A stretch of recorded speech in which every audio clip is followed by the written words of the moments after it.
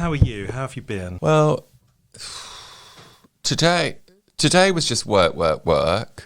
Lots of meetings. There's new people that started at work, and so that was like welcome them in. Yesterday was just such a struggle. I found it really difficult, but I forced myself to leave the house. Yeah. And walk to Lidl and got a good shop in. I like to do a whole week in one go. Do you find that...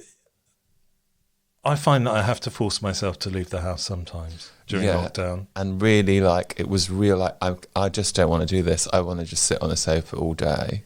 Yeah. But as soon as I did that, I managed to then tidy the house, then do 3 hours of work, and then finally sat down and watched It's a Sin.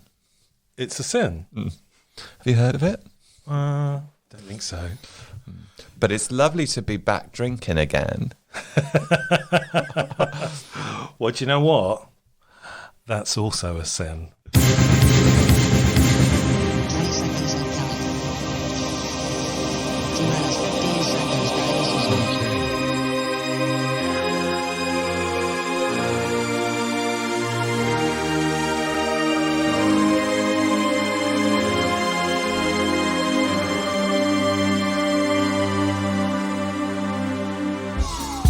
Welcome to What?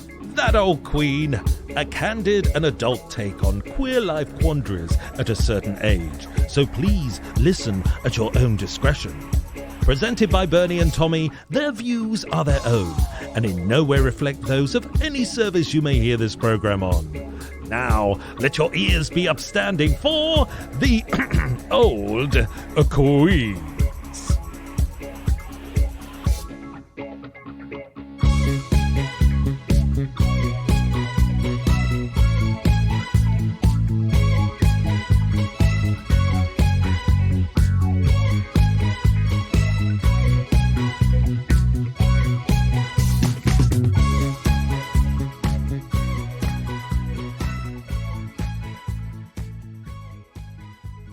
I think I'm all plugged in. Do you? Can you hear yourself? Yes, I can. Yeah. Good. So it's a sin. Everyone's talking about it. I know. And it's also LGBTQ History Month, and it is kind of historical tale. Yeah. So I think we should talk about that today. Definitely. What else? What else have you been up to since we've been on a 6-week hiatus? Well, I spent a lot of it in a very beautiful place in Chepstow, just outside Chepstow, like literally on the border. I could walk to the bridge, this beautiful bridge. I was obsessed with this bridge in Chepstow that takes you from Gloucester to Wales. And I used to run down to that every morning and listen to Dolly Parton's The Bridge, which is about a woman committing suicide. Well, every day? Not every day, but I used to go for a run every morning. Okay. And there was a beautiful room, a studio that I could work from. So I had a quite nice time and relaxing and lots of countryside and running and walking and open fires. It's quite idyllic. Yeah. And now I'm back in the city and it's a bit grimy. But did you get lots of work done? I did quite a lot of work. The first week I found it quite hard adjusting because, you have that kind of adjustment from Christmas as well. Yeah. But yeah, I did do a lot of work, but the house also you had to work quite hard with that house. Right. You had to it took you a good half hour to get the fire going, stuff like that. So you had to work for it. Well, you had to sort of, it's quite difficult lighting a fire, don't you think? Yeah. Did you have lots of kindling? There was, yeah. And I watched a lot of Bridgerton. Well, I've finished that. Oh my God, I loved it. I thought it was amazing. It was a nice, sexy romp. Yeah, I thought it was great. Yeah, I know it was all a bit flighty, but that's kind of me. So it's a few weeks away from when we started doing What That Old Queen season 2 last year, and we were in lockdown then. We didn't expect to be here now, did we? I think I did. Yeah, because I was just always like, well, it's got to be worse in the winter, hasn't it? I don't know. I think I was under a false sense of security that I just thought by the time summer came around, it would all be fine and dandy. Yeah. Well, we definitely are here. We can't. There's no escaping it. We are, and we're back to keep you company through lockdown. The threequel. What else have you been up to? I've been cooking. Have you? Yes. So I've done. I've been learning some new recipes. Is anyone guiding you through it? Nigella or No. Well, I normally. So the BBC Good Food app, if they'd like to sponsor our show, hello, is really good. And so I'm finding all these new recipes on there. And so I've made some cheese scones or scones for snack out of it today. I love cheese scones, which we can have now. Because we've got a guest coming up, but they're not going to be with us for a bit. They're not interested in scones. Well, they're on Zoom, so they can't actually have any. So it'd be rude to eat while they were here. Do you want them now? Should we have them now? Yes, and can I mention Elizabeth Hurley's breasts, which have been compared to scones? So we will name these the Elizabeth Hurley cheese scone breasts. Yeah. Okay, great. Have you got any butter? In the fridge. Yeah. Are we recording still? Yeah. Do you want me to fill? I can always cut. Did you know about Liz Hurley? No. Oh, I'm obsessed with it. You carry on, Phil. Well, I've got obsessed with Elizabeth Hurley's Christmas snow-covered breasts. Because she... I didn't know you were a breast man. Well, Elizabeth Hurley's breasts are something quite special. And she's fantastic on Instagram. She always is doing a photo shoot wherever she is. Right. And at the moment, she's in lockdown with her 80-year-old mother and her 18-year-old son. And she, 18-year-old son? Yeah, who's the son of that millionaire that had that... there was the controversy about who the DNA was. Do you remember? Well, anyway, she posed for this amazing photo when it snowed, and she's got her scones out, and she's wearing like a white fur coat, and it's a snowy background, and the photograph is so professionally taken. Everyone was like, "How have you managed to capture this photo when?" We're in the middle of a lockdown situation. You're not allowed photographers around to your house. Yeah. And so she announced on social media that actually it was her 18-year-old son that took the photograph. Oh. And everyone was a bit like, I think that's a bit weird that your 18-year-old son is taking sexy pictures of you, Elizabeth. Yeah. And then she retracted and said it was her 80-year-old mother. And she said, I don't know if that puts the nation at rest. It's easily to be confused with a mother or a son, right? Especially when both of their ages begin with 8. That's true. So, would you rather your 18-year-old son, or your 80-year-old mother take sexy photos of you? I mean, I don't think I want either of them taking sexy photos. Anyway, try the cheese scone. I have to say, I'm completely... Because I've been doing dry January, it's a real novelty having a drink. And now you've thrown an extra. Quite nice, aren't they? And you've left me some extra. Brilliant. They're really easy to make. Should I tell you the reason why I made them? Because I was doing this recipe for a stew, and I wanted some dumplings. And so I was making dumplings, and then I worked out that actually it's a really similar recipe to scones. Scones. Because I Scones. It's a scone. But no suet. It's quite difficult to get hold of suet, isn't it? Yeah, there's no suet in these. It's butter. Butter and milk and cheese and a bit of seasoning. Delicious. So I'll put the recipe on our website if anyone wants to try making scones. I mean, bread is so last year, right? I think scones... What would you have that with apart from butter? I mean, we're just having it with butter. It's quite nice with Marmite on. I sometimes, if I'm having like a brunch, I might have one toasted instead of some bread. Yeah, with poached eggs and bacon, and or with some chutney. I mean, you could have cheese on cheese on cheese, but Might be a bit overkill. Blue cheese might be quite nice. Yeah. I ate a whole packet of blue cheese last night. My God. I didn't mean to do it. I was writing a funding application and I just kept going back for more. Did you eat anything else? Well, I had crackers with it, but that was all I ate. Right, okay. So it was a meal. John Thomas is joining us again. Great. Not only to talk about It's a Sin, but to talk about THT testing week, which is this week, which is why we're releasing on Wednesday instead of Sunday, so we catch this. So that's Terence Higgins Trust. Yeah. So it's all about getting tested for HIV, because John does a lot of HIV awareness on his social media, etc. So we'll talk about that. But I came across an article. I'm just going to finish this scone while you do the next feature. Which is kind of a bit of a... it's not a kinky blink, but maybe it is. Edge play. Have you ever heard of that? I'm doing it as we speak. Not edging. Oh, okay. Not to be confused with edging.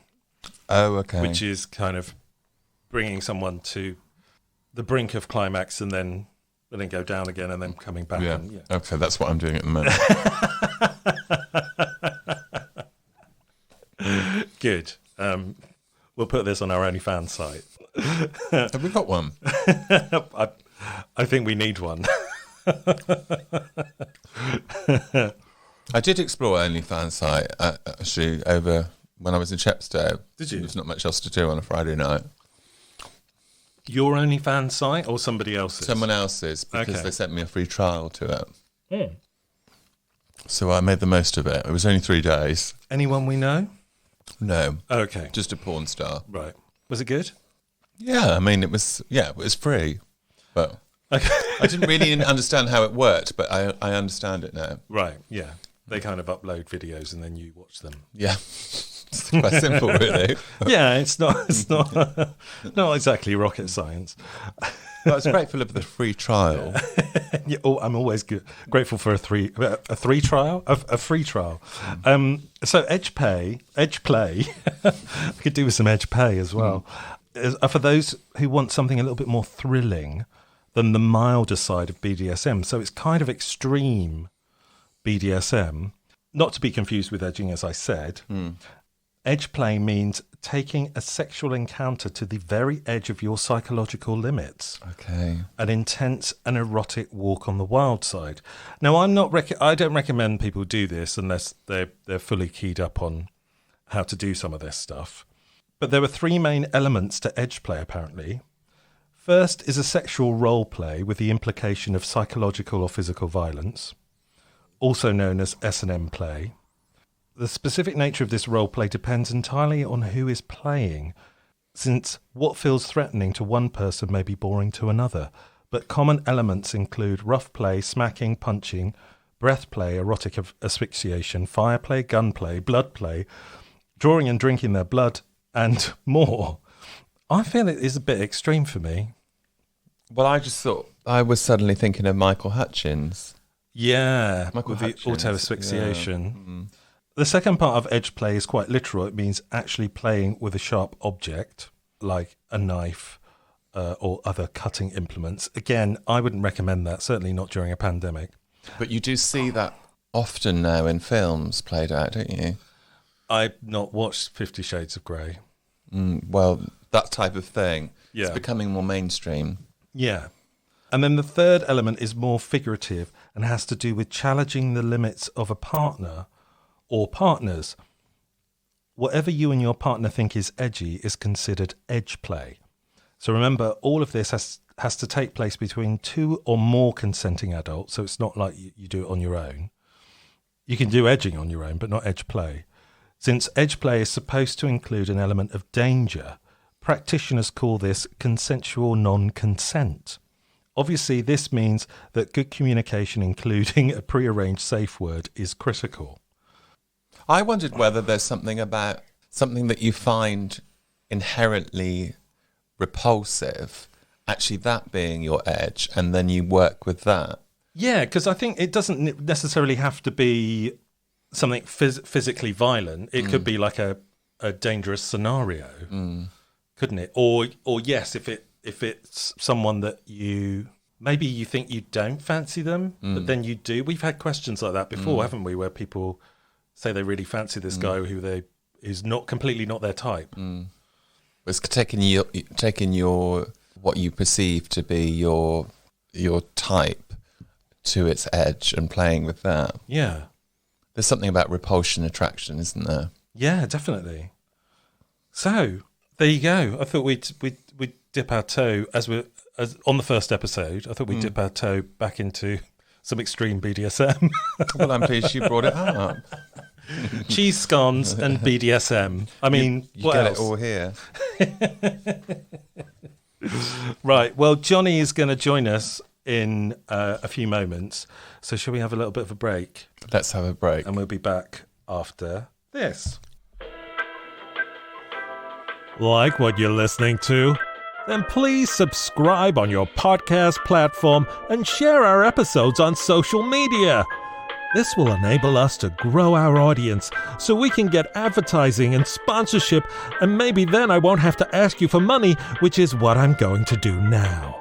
So if you can spare £1 or £2 a month or a one-off payment, then please click on our Patreon link below and help us continue with the queeniest of old queeniest of podcasts, What That Old Queen. Now, back to the show.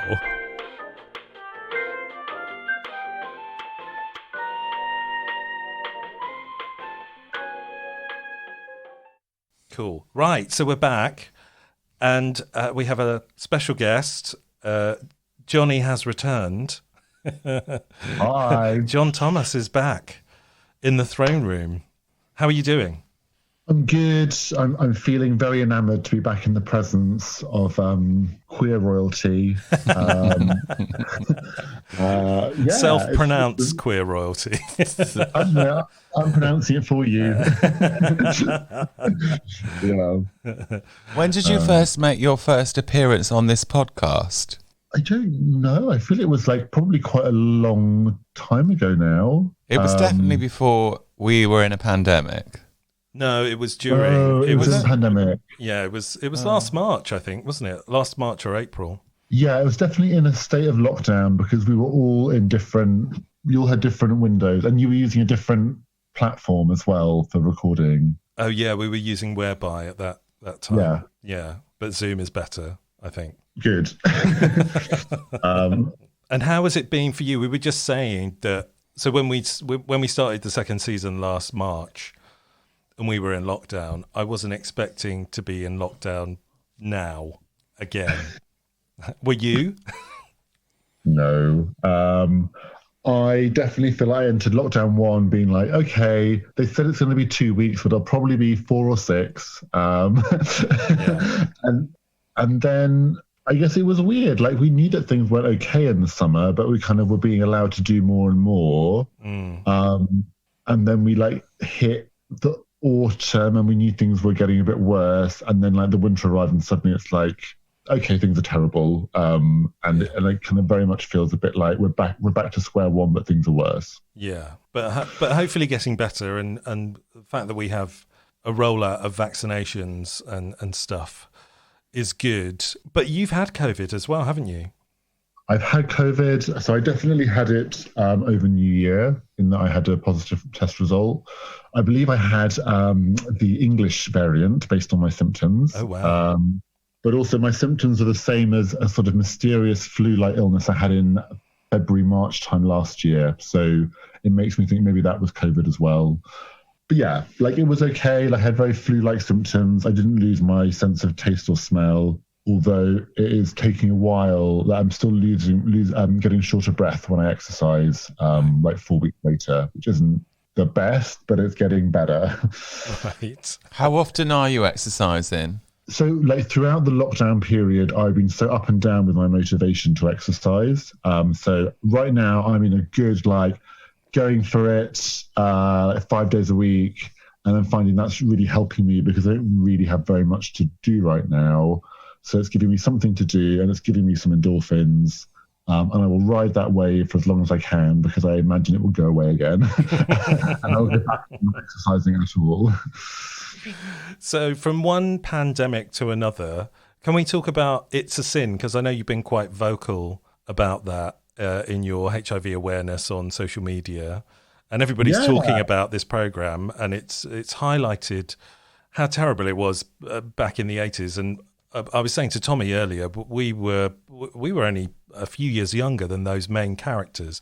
So being on the gay scene in Bristol in the early 90s, it felt like a very similar kind of situation. And it's interesting to remember how bad it was back then. And I think after the first episode, I didn't know if I wanted to carry on because I didn't know if I wanted to be taken back there or not. But then I did watch the rest. But Tommy, you said you stopped watching after episode 3. I'm not going to... I am planning to watch all of them, but I just found that episode 3 was like I needed a bit more. I needed a break from it. Yeah, but have you watched it all, or? I've watched it all from previously as like a theatre director and performance maker. I almost think episodes 1 to 3 kind of stand almost on their own. And me and my housemates watched it together. And we did it over 3 days, but we would watch 2 episodes in a row the first 2 days, and then the final one. Did you all cry together? When I was watching it, I was just crying, sobbing on my own. I was thinking, I wonder what this would be like if I was with someone. Yeah, well, if we were together, we'd both be crying, I think. Yeah, it was really interesting because I guess, although me and my housemates know a fair bit about one another and our personal circumstances and things, I don't think any point and I moved in with them in June as well. We've not had sort of big, deep emotional conversations as such, I don't think really. And so since I last spoke to you guys, I came out very publicly as being HIV positive. So something I find a little bit hard in drama and fiction is HIV as a kind of storyline or a plot device. And also since my mum died, I find death, fictional death, to be quite a difficult thing. Because I think for me, the reality of HIV and the reality of death seems so big and so real and so present that seeing them fictionalized brings up those feelings. But also there's something about it almost, to me, it doesn't trivialize it as such. But there's something that it just makes it more like a plot device, maybe. Yeah, and I guess it's I think the reality of HIV and the reality of death is never as satisfactory as it is in a story or a play or a film where you get a nice arc that brings some kind of catharsis or closure or moral or something like that. And in reality, things that happen in 3-act structures and stuff like that. So I found myself crying but trying to not be too loud because I wasn't sure where we were all at as we sat on the sofas together. But I also think if it hadn't been for the 3 of us watching together, I think, Tom, like you, I might have stopped watching. I think the fact that we kind of started it as a trio almost kind of slightly frog marched me into seeing it through. And I think one of the things I felt watching it and then seeing kind of the response online afterwards was it might have been trickier for me to watch and appreciate. But I know a lot of older people, particularly on Facebook, who are like my mum's friends from her generation, who really felt like their story was being seen in a way that they hadn't experienced before. And then also conversely, a lot of younger people who've kind of grown up where HIV isn't this kind of scary thing like it was for you guys or for me as a young gay man. And so for them, it was like, oh my gosh, I'm getting a history lesson. Yeah. So I wonder if there's something about being in that intermediate section where I didn't live through the AIDS crisis. HIV was this scary thing that was a life-changing thing, but not a death sentence, and maybe made my reaction to it a bit different. What I found really interesting about the whole program is actually the negative responses to it, because there has been a lot of people talking about how they don't relate to it as queer people and how it sort of feels like it's a show that has been hetero washed, or it's basically for it. I mean, it does really, I think it just does really good work in terms of it tells straight people about that story that might not have been in that world. But one Twitter feed was saying how it sort of actually put a quote in from Russell T Davies about what he was doing during that time, because obviously he lived through it. I don't know how old he is, but he's a couple of years older than us, I think. And he was saying, like, what he was doing was he just buried himself in his work and he tried to ignore it, but then it started encroaching more and more closely into his work. And people were saying, well, you know, that's not good enough that you were the person that ignored it. You should have been, like, as a person with power, you could have actually have done something. But I was kind of questioning that, really. It's like, it's not for the individual to fight that within the world that he was living in at that moment. Does that make sense? Yeah, and also I think that whole thing just caught everyone off guard. It was because there was so little information back then. It was always kind of at arm's length until it was a threat to you or that you knew someone that had it. And so I think it was really difficult to know what to do back then. I remember being quite clued up about it, certainly at university, and doing some HIV and AIDS awareness stuff in like street performances and things like that, to try and make people more aware of it. I think I did an equal opportunities talk with some sixth formers who seemed really bored about it around about that time.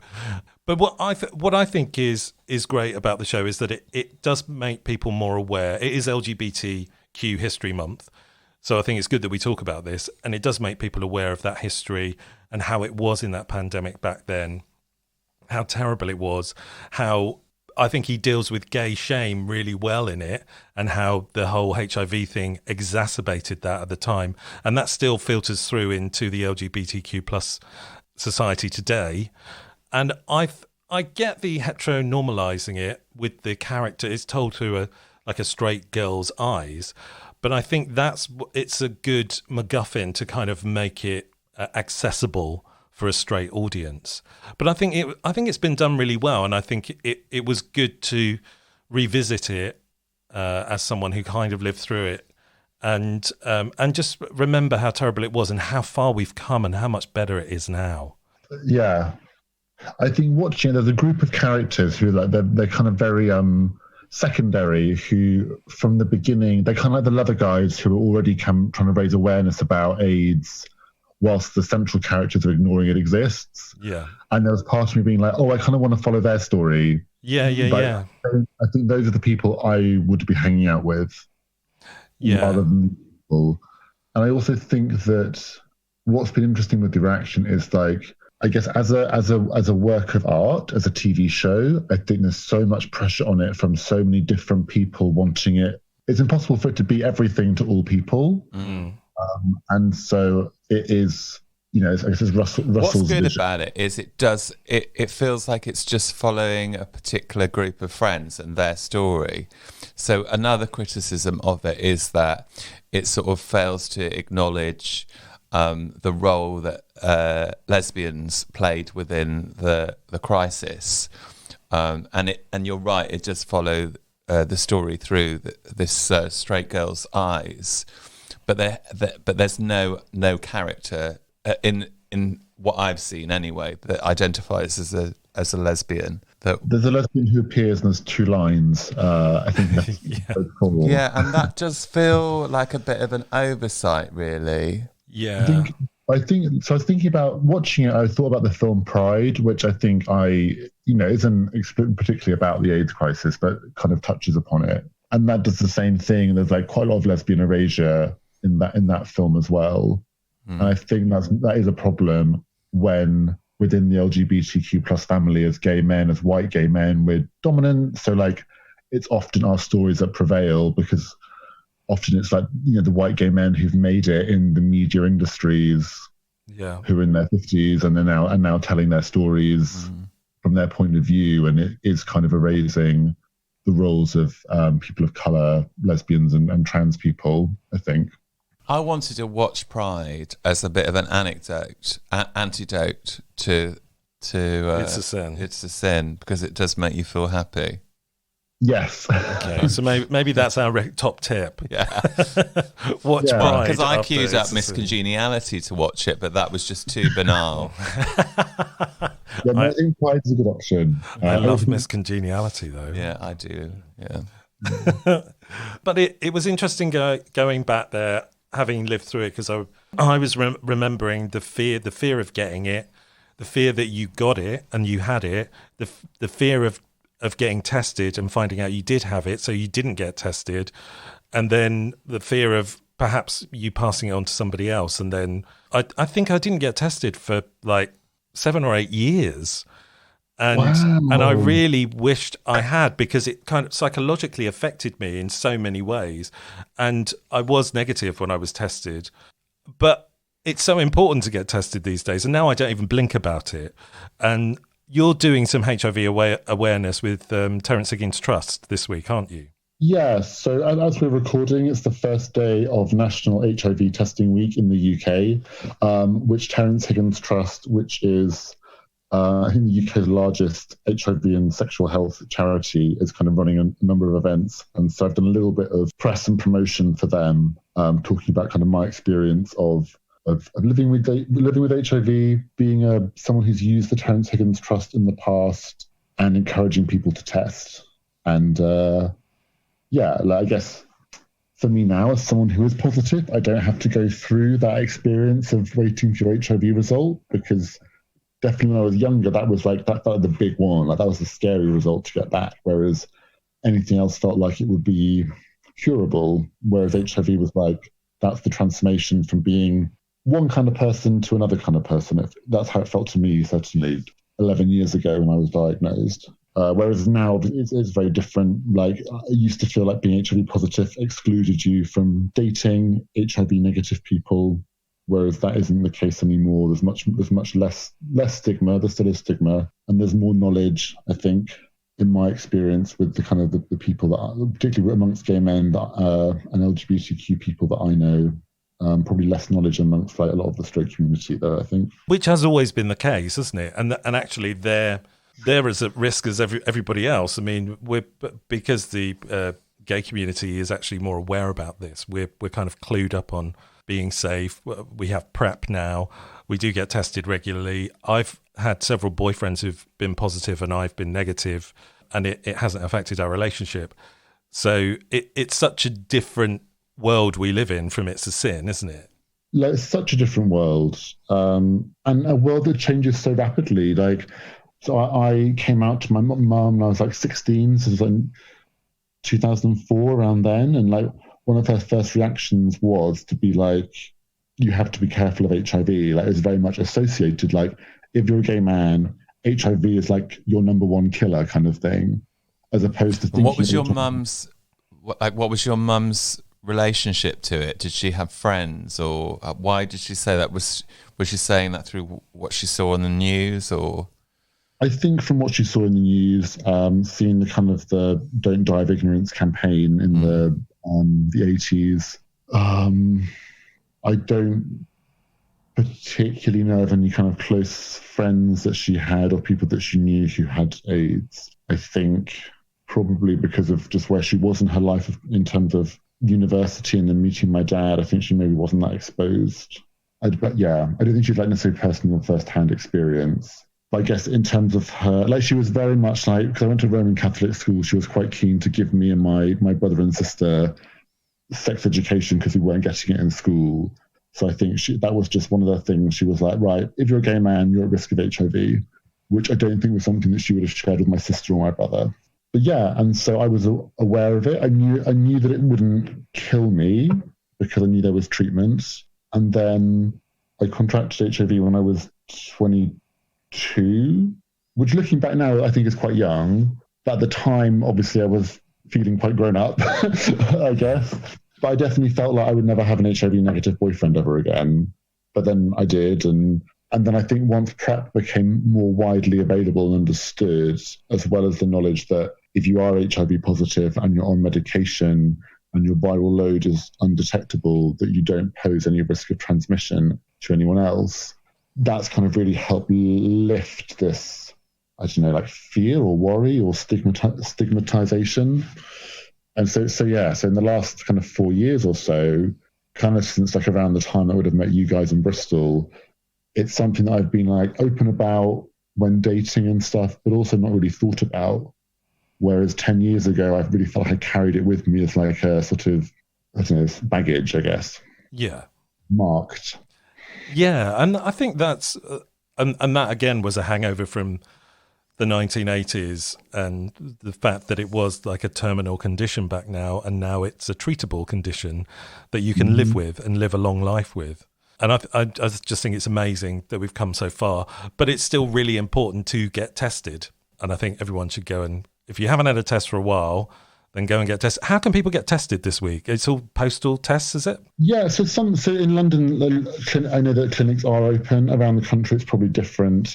But you can definitely order an online, which, let me just bring up the website so I can give the right information. So freetesting.hiv is a website that's run by the NHS, and you can order an at-home HIV test, which you put in the post, and then you get your results by text. So something to add is that with HIV tests, if your first test comes back reactive, so it would say that you're positive, you always have to go for a second test with a nurse to confirm whether it was a false positive or an accurate positive. That's what I had to do 11 years ago when I had my test. Although I think there is something a bit scary maybe about testing at home. In reality, you will be with like a person when you kind of get the information. And that presumably there's lots of kind of helplines or advice lines for this, which we can put in the description of the podcast if people need to call those. Or we'll also put a link into the testing website, which you've just given us.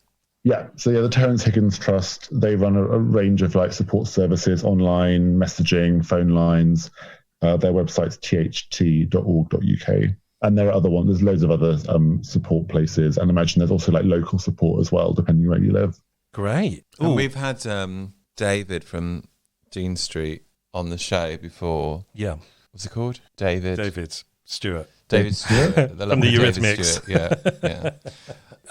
He was brilliant. He was the first guest actually on the last season, I think. So, yeah. Okay. Well, that's good. So from HIV advice, should we go to some Queens of Agony advice and do some Queens of Agony?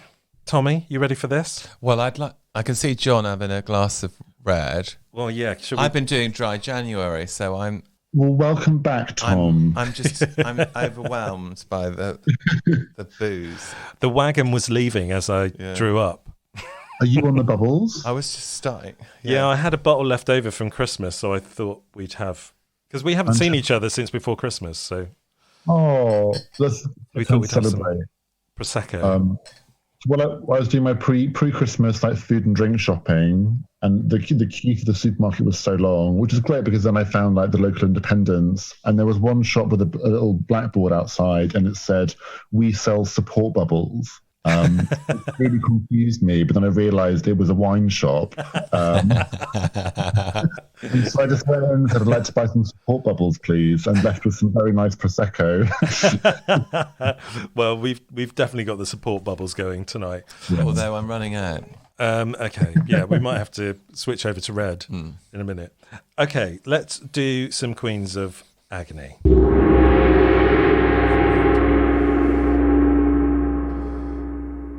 Right. So it's all a bit coupley. Are you single at the moment, John, or are you? I am single, yeah. So we're all single. And we're going to be giving some couples some advice. So, great. Leave them. Dear old queens and John, obviously, losing yourself and becoming just one half of a couple. So I've been in a long-term relationship. I'm 32, and the relationship's been for 10 years now.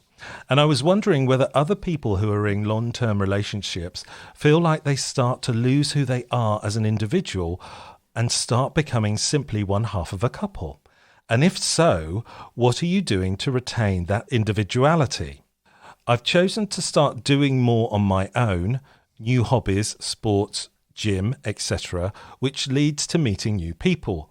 That really seems. I'm presuming this is before we were in the lockdown situation. Well, I don't. Well, it might be. There are other countries which aren't in the similar lockdown, are they? So they're doing other stuff. Anyway, it's just sometimes hard when your friends are nearly all shared. What advice do you have for retaining your individuality in a relationship? I always think it's quite nice to go out with someone that doesn't live in the same city. What? Right from the start. Yeah. Well, maybe he could ask. Make that your ambition to go out with someone. Or should he ask his boyfriend to move out? Well, I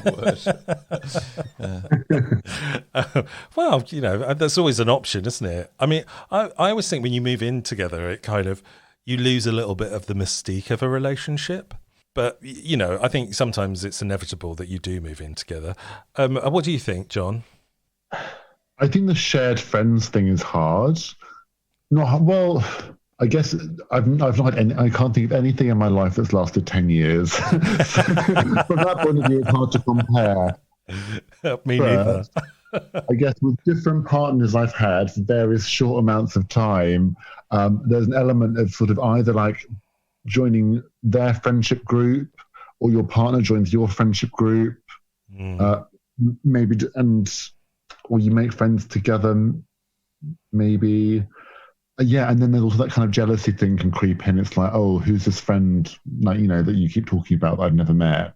Why do I not know them? And I guess speaking from my happy single position right now, I think it sounds like he's made really good choices, this fellow, in terms of like pursuing solo interests. Yeah, and it sounds like he's enjoying meeting these new friends. It doesn't sound like he's unhappy with his partner either, so that's really good. So I think it is just acknowledging that it's hard dividing your time up.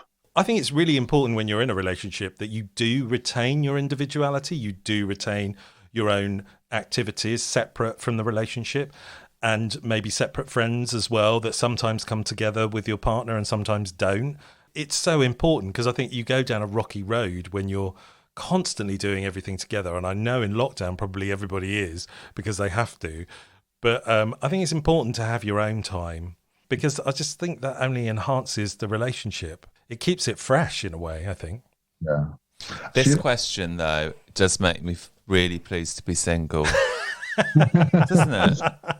I just suddenly thought of all those couples, like they're both called John or Nick, do you know Nick and Nick or John and John? It's like, no, I would never want to be Tom and Tom. That would be just the most awful thing I could imagine. You prefer Tom and Dick, don't you? I just want to be Tom. Yeah. I kind of like being that awkward dinner guest that they don't quite know how to. Do you feel that? I feel like I'm the awkward guest to things, especially when there's all couples. It's like you are the odd one out because you're the single one. They really want you to be in a relationship because then it's more comfortable for everyone. Can't I just be me? Isn't that all right? It's all right for me to be on my own. It's all right for me to be single. And, my happiness is not dependent on having a relationship. So do you think this person should fake being single and see actually who his friends are? I think dump him. No, I think they're doing the right thing. They should, start doing things individually and carve out a life for themselves as well as having a relationship. I think that those are the best relationships where you each have a life, but when you come together, it's amazing. Yeah. And I think so my therapist gave me some helpful food for thought, which was like whether a relationship is driven by need or want. And it's much better to be happy with yourself and not need to have a relationship. So if you then meet someone, it's like, yes, I actually want to spend time with you rather than feeling like I need to have someone else to fill the void or whatever it might be. Yeah. And I think in that situation, that's when you can become a bit like one organism. Yeah. Whereas if you're just very happy whether you're with someone or not, then I guess maybe it's easier to maintain your own friendship group, social life, but also still feel comfortable that your partner and you are still in love or whatever. Yeah. Well, 3 fiercely independent people giving a couple of advice. Shall we move on? Let's move on. Let's do some other coupley advice. Ever get back together with an ex? Did it work out and was it worth it? Mine has been contacting me in the last couple of weeks and wanting to meet and go for a walk. I finally responded recently and it blew up into a big fight and we did a lot of finger pointing. Then I get a text again today and he needs me in his life. I just feel like if we just go for a walk, our old feelings are going to resurface and it scares me. Do they mean the old feelings of the finger pointing or we're going further back? I think the old feelings, I think the finger pointing was obviously part of that relationship. Yeah, it's interesting. I think a lot. Haven't you found that a lot of kind of exes have been reaching out during lockdown over the last year? I've been contacted by some exes. What about you, John? No, that's one of them sort of has. So what do you mean, sort of? Well, whispered. I've kind of maintained friendships with most of my exes, and so there's actually an ex from Bristol, but we both live in London now. And admittedly, whilst his most recent relationship was falling apart, we were spending more time together, and I was kind of giving the friendly gay advice and not trying to tell him what to do, but trying to be there. And there was a bit of a moment where I was wondering maybe what his intentions might be. You know he listens to this show, don't you? This is his question. Or is it your question? I think that because I've got back together with exes on a number of occasions, including most recently with my ex Max, and I feel like TV and film and stories kind of tell us that getting back with your ex is the answer to that happily ever after. I feel it's such a common trope that either there's a breakup and a reunion or someone meets their old childhood sweetheart and actually they were the right person all along. But I would say the reality of my bitter life experiences are getting back with an ex rarely leads to I was always going back with exes but quite soon after. So you give it 2 weeks and then you go back because you go through that period of absolute, like, you realise how boring and sad you feel on your own before it's got a chance to get into its own momentum and you feel better again. And then you go back to that relationship and you feel great again. And then you realise that it was rotten from the core. And then you want out again. And you're going like that for about 3 times before you realise this is a cycle I could do without. Yeah. I had one relationship, which was actually 2, which was very much like that. And just kept on going back. And in the end, I just had to break it all off because it was too much. I think once it's gone, it's gone. I think it's really difficult to go back. I think when you split up with someone, you should not meet up with your ex for 3 months. I think you should have like a clean break. And you don't talk to them at all. You don't message them. You don't respond to them. You don't message them or anything for like at least a month. And I think you need that space in order to realise how you feel outside of that relationship and how it felt inside that relationship. And you're obviously grieving during that period. So your decision is really warped about you want to go back to the familiar because it's safe.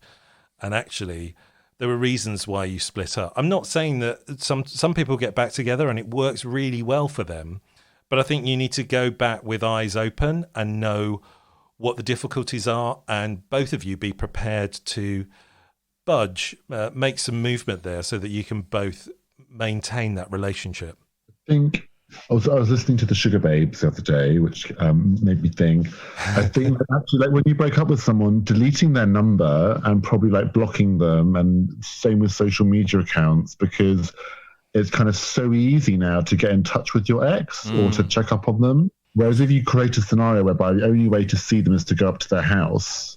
But I've unfriended people that were exes, and then they still managed to message you on Facebook. Yeah, you need to block them. That's quite ruthless. Yeah, but you can always unblock.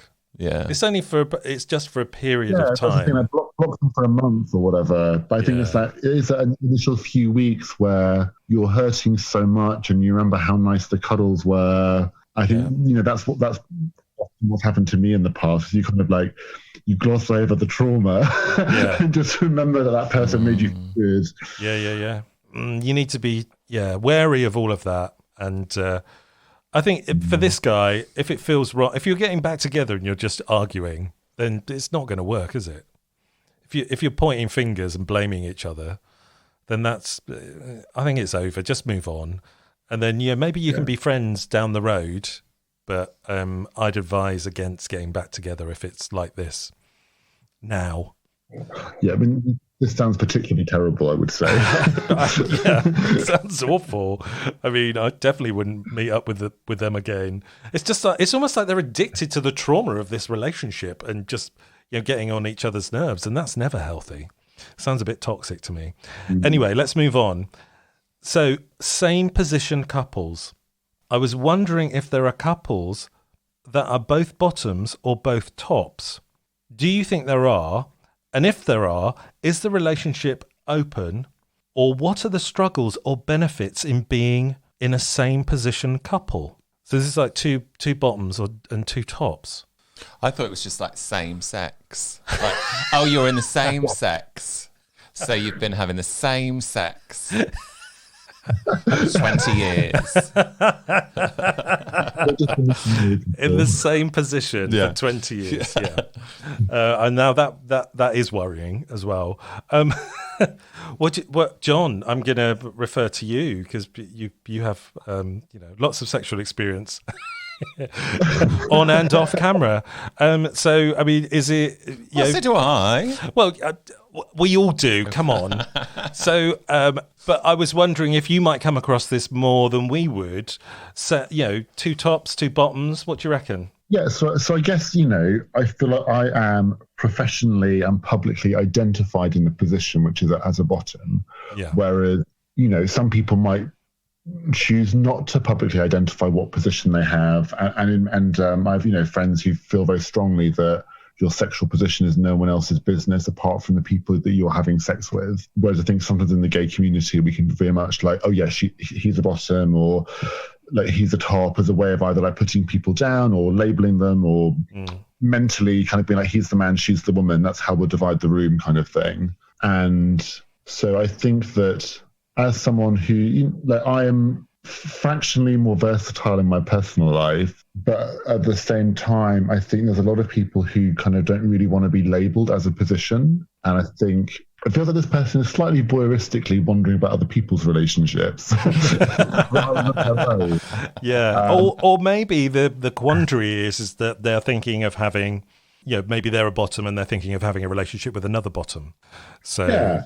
But I guess the question is, why do you want to have a relationship with that person if you have no kind of sexual attraction to them because they're a bottom and you want them to be a top?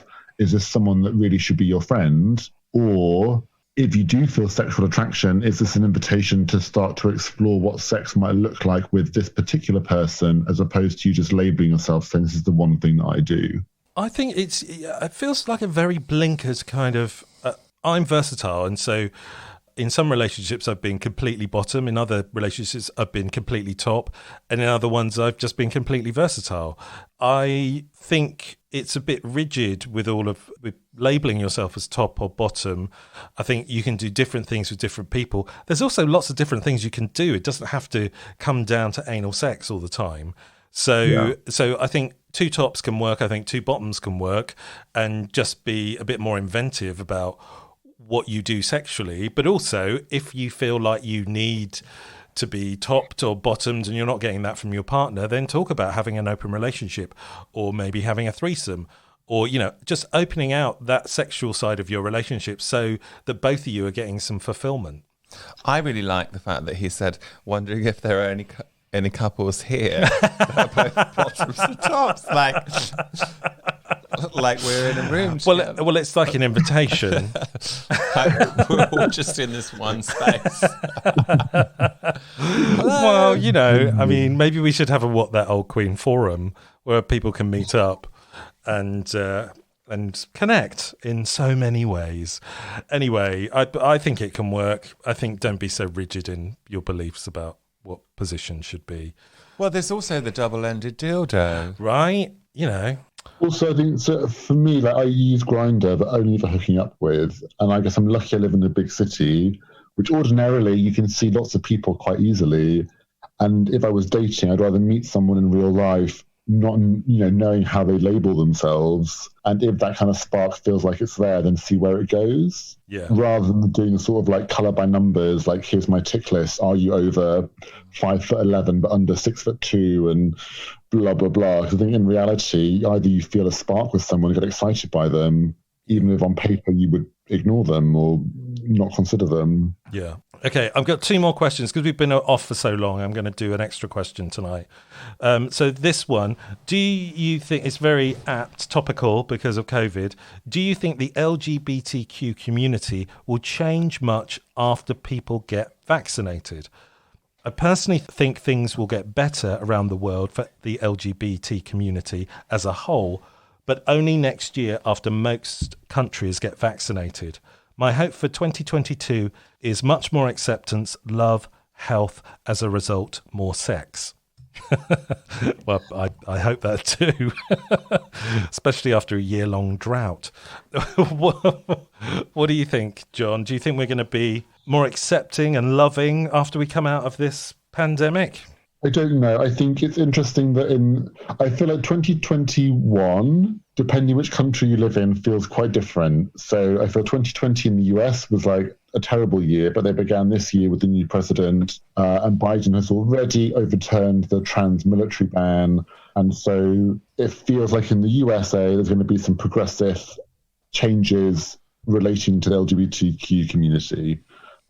Meanwhile, right now in the UK, there's increasing limitations on the rights of trans people, and there's an increase in transphobic rhetoric, and I think that's really worrying. And I think as gay men, we kind of need to stand up for and stand with our trans siblings, who make up such a tiny percentage of the population. Yeah, I don't know, like maybe this can be our turnaround year, and 2022 might be a bit more exciting feeling. But yeah, to be honest, I feel quite nervous. I think there's a lot of like simmering frustrations in people because of COVID, and the danger is I think people always want to punch down, and the LGBT community often at the bottom of that punching down pile. Yeah, I think it's interesting you mentioning the trans thing. That's the other thing that I felt with It's a Sin, because it brought up how marginalised we were as gay men back in the 80s. And I think that's how trans people feel today. And I think older members of the LGBTQ plus community should remember that. And we should open our arms and stand up and fight for those rights, because it feels like we're a little bit further along than some of our brothers and sisters and non-binary people that are in our community, and we should fight for their rights as well as our own. Yeah. So I'd like to be optimistic, but I think part of being optimistic is having to be proactive as well. Always. Totally. Well, we're on this podcast, right? It goes out literally to tens of people. All around the room. Tens of people all around the world. There's like half a dozen people across the entire globe that listen to this. That's not what you told me.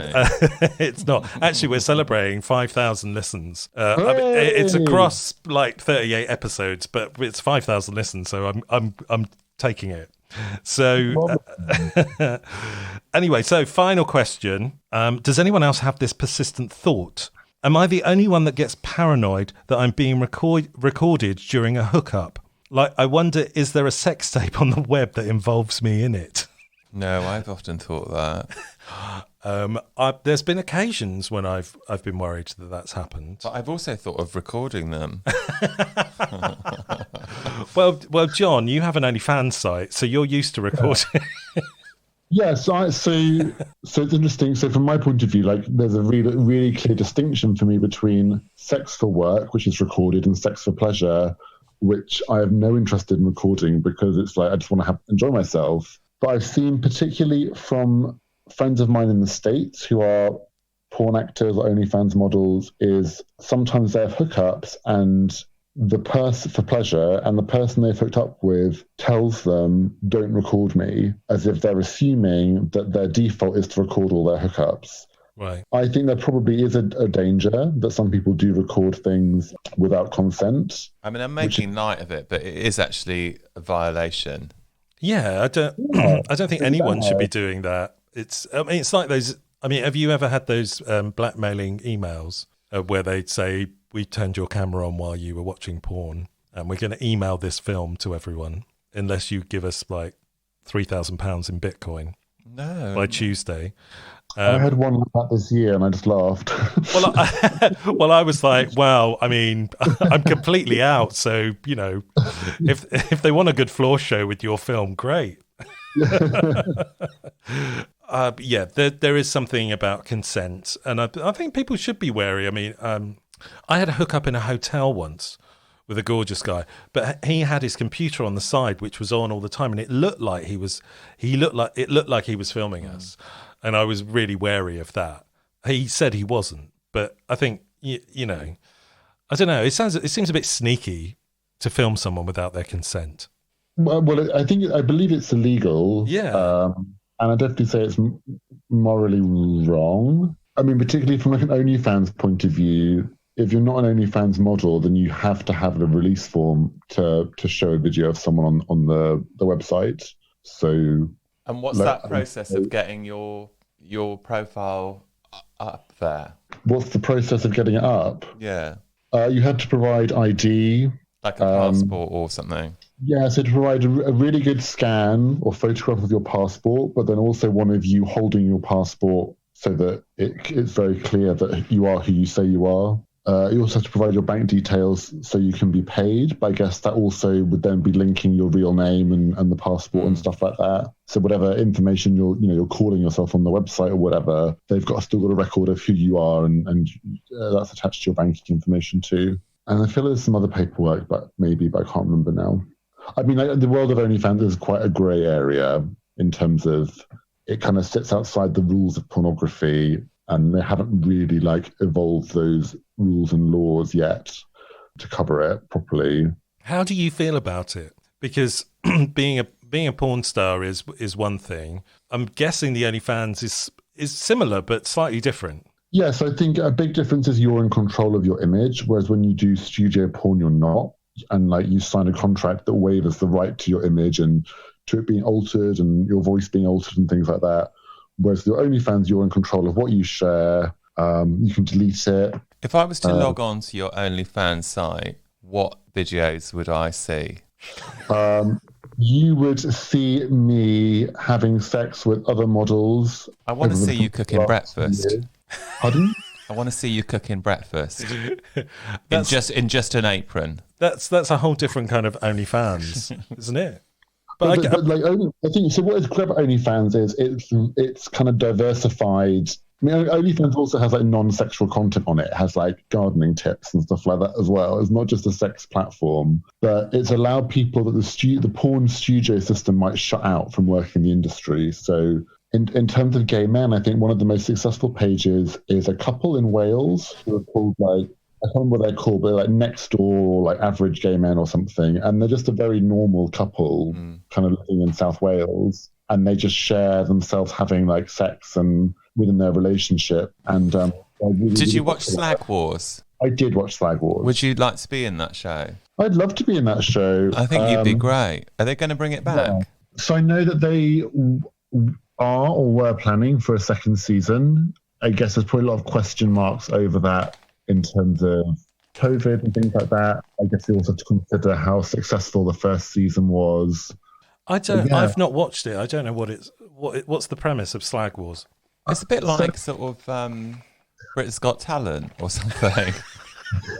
But for porn. Yeah, but there's no actual sex. There's no sort of penetration. There's photo shoot challenges or right.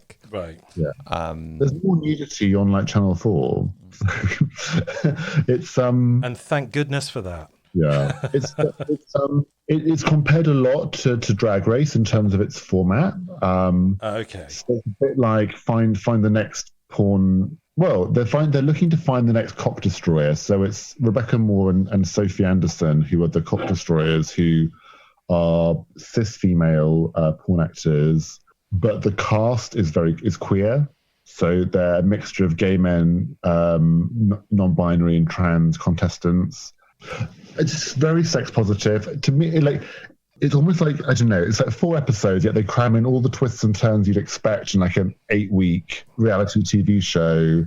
And so almost like an avant-garde kind of like critique or like reinterpretation of like 21st century reality television, right. but focusing on like queerness, gender and sexuality in a way that I would never have expected to see in a TV show.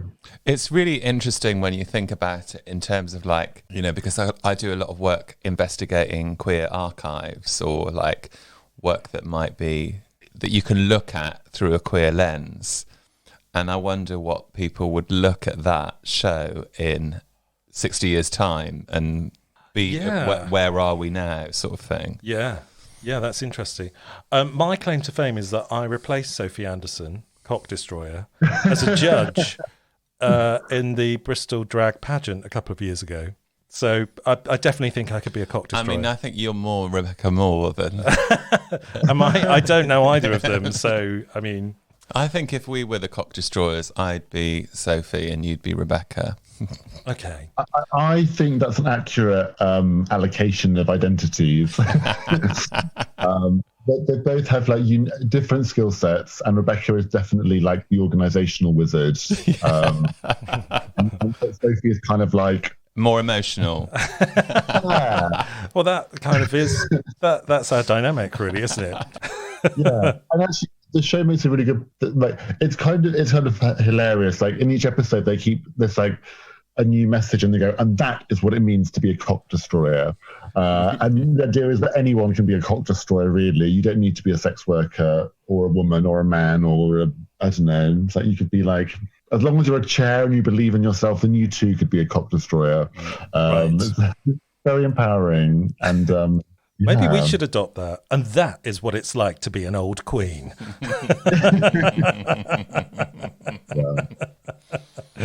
Well, I think we've come to a natural end to our podcast. John, thank you so much for being our guest again. Are we the first podcast that's had you back? Yeah, I've not. No one else has asked me to return, so thank you very much. So we've had a double entry. Okay, amazing. John, say goodbye. Goodbye, everyone. Thank you, Queens. Say goodbye, Tommy. Goodbye. Nice to be back. It's good to be back. Goodbye. It's nice to have a drink. Yeah, you only drink. I'm just your enabler, aren't I? Yeah, you are. Thank you, everyone, for listening. John, thank you for being our guest. We will catch you next time on What That Old Queen.